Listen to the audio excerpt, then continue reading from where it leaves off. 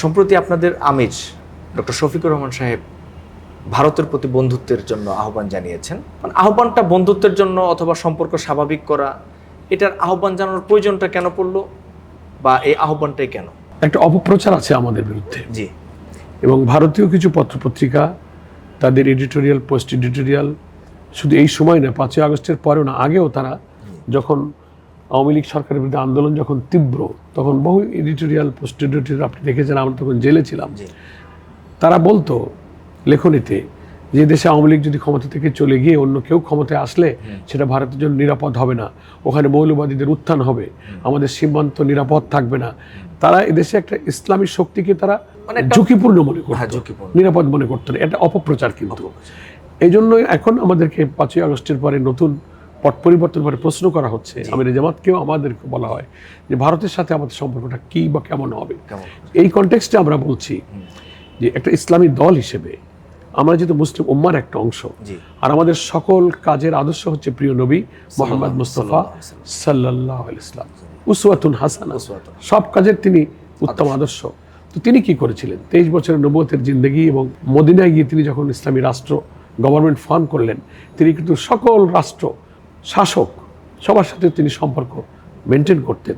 মুসলিম, অমুসলিম, ইহুদি, খ্রিস্টান নির্বিশেষে দূত পাঠাতেন, ব্যবসা বাণিজ্য হতো, সম্পর্ক, একটা ডিপ্লোম্যাটিক কন্ট্যাক্ট, রাষ্ট্রে রাষ্ট্রে পররাষ্ট্রনীতিতে কারোর সাথে শত্রুতা নয়, সবার সাথে বন্ধুত্ব।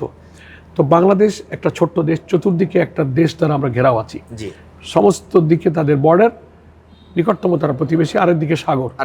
ফলে একটা দেশ, এই ভূখণ্ডই তো আমাদেরকে ইসলামিক কল্যাণ রাষ্ট্র প্রতিষ্ঠার স্বপ্ন দেখছি, আমরা দেখতে চাই।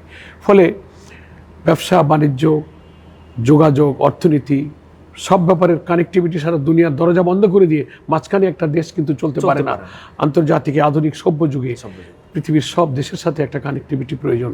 পররাষ্ট্রনীতিতে এই নীতি, সেই সেন্সে আমরা বলেছি রাসূল সাল্লাল্লাহু আলাইহি ওয়াসাল্লাম যেহেতু সকল রাষ্ট্র, গোত্রপতি, শাসকদের সাথে সম্পর্ক রাখতেন, চিঠি, ভাব বিনিময়, ব্যবসা বাণিজ্য, আদান প্রদান, চুক্তি, সন্ধি, বন্দি বিনিময়, সব কিছু আল্লাহ রসুলের জীবনে কিন্তু ছিল। তো আমরা সেই নবীর আদর্শ যেহেতু অনুসরণ করি, ফলে ইসলামও এটা বলে যে একটা মুসলিম দেশের সকল প্রতিবেশীদের সাথে সদ্ভাব, সুসম্পর্ক, সৌহার্দ্যপূর্ণ সম্পর্ক রেখে চলা উচিত। আমরা সেটি কামনা করি, এইটাই বলা হয়েছে। এখন মানুষ এদেশের রাজনীতির কনটেক্সট এর নানা একটা ব্যাখ্যার দিকে টেনে নিয়ে যায়, মনে করে জামাত এটা নতুন কথা বলছে। না, জামাতের আজকে যে কথাটা বলছে সেই প্রেক্ষাপটটাও তো নতুন।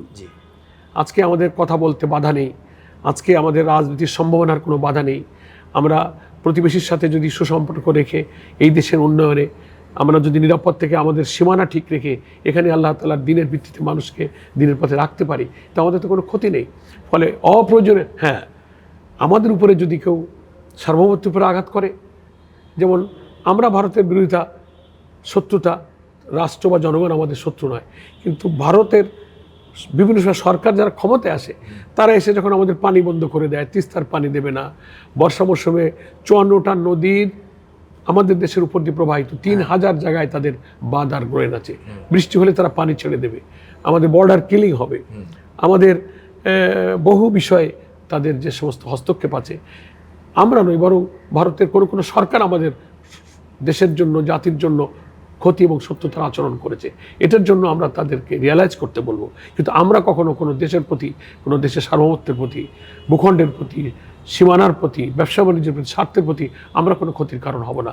ইসলামী সমাজ এবং রাষ্ট্র হলে সব দেশের জন্য ইসলাম নিরাপদ হবে, শান্তিপূর্ণভাবে থাকবে, এটা আমরা মিন করতে চাই। বরং ভারতের জনগণ শত্রু না, রাষ্ট্র শত্রু না, বরং ক্ষমতায় যারা আছে সেই ক্ষমতায় শাসকরা কখনো কখনো নীতির কারণে আমাদের দেশটা তারা সর্বনাশ করেছে, এটার আমরা নিন্দা করি। এবং দেশের উপরে এরকম আঘাত যদি কোনো দেশ থেকে আসে, শুধু ভারত কেন, আমরা সেটা বরদাস্ত করবো না। দেশপ্রেমী জনগণ, আমাদের স্বাধীনতা, অখণ্ডতা, এই প্রশ্নে আমরা করবো, এটাই আর কি।